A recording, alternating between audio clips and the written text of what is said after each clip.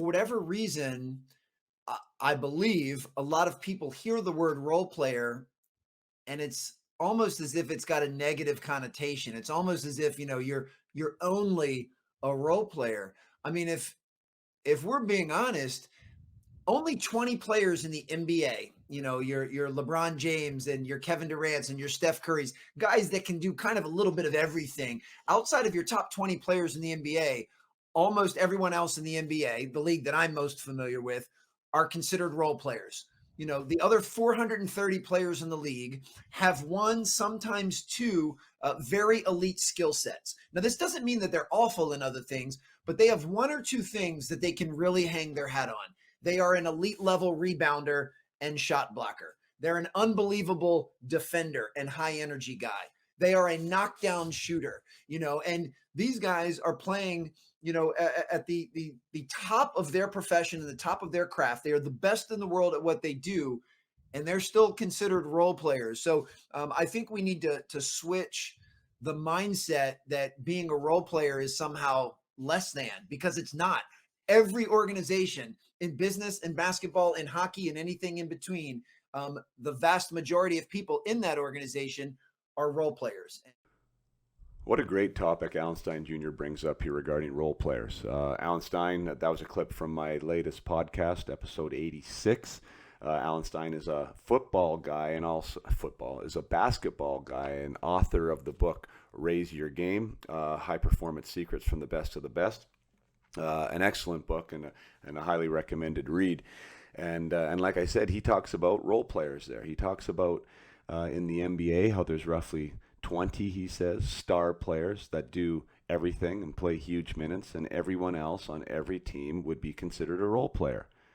That does not minimize their skill set, but they are really good at one or two things, whether it be rebounding or defending or being an energy player or whether it be a shooter. So how does that apply to hockey? Well, it applies in a few ways.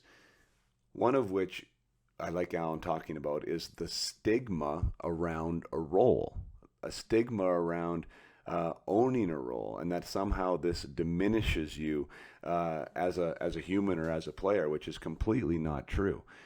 Every competitive hockey team, from midget, bantam, all the way up to the collegiate ranks, AHL, NHL, needs people that are good at certain things. Not everybody can be a quick release scorer from the slot. You can't have 20 of those on your team.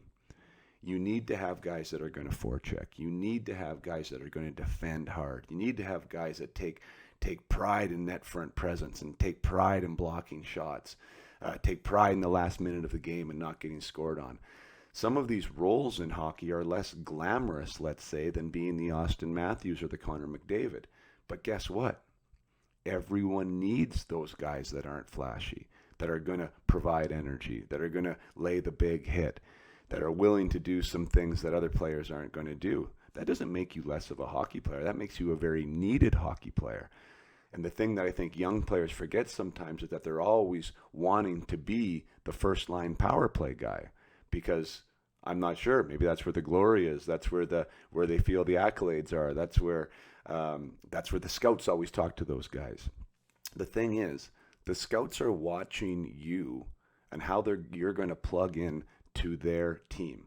What are you? They're trying to identify what you are as a hockey player.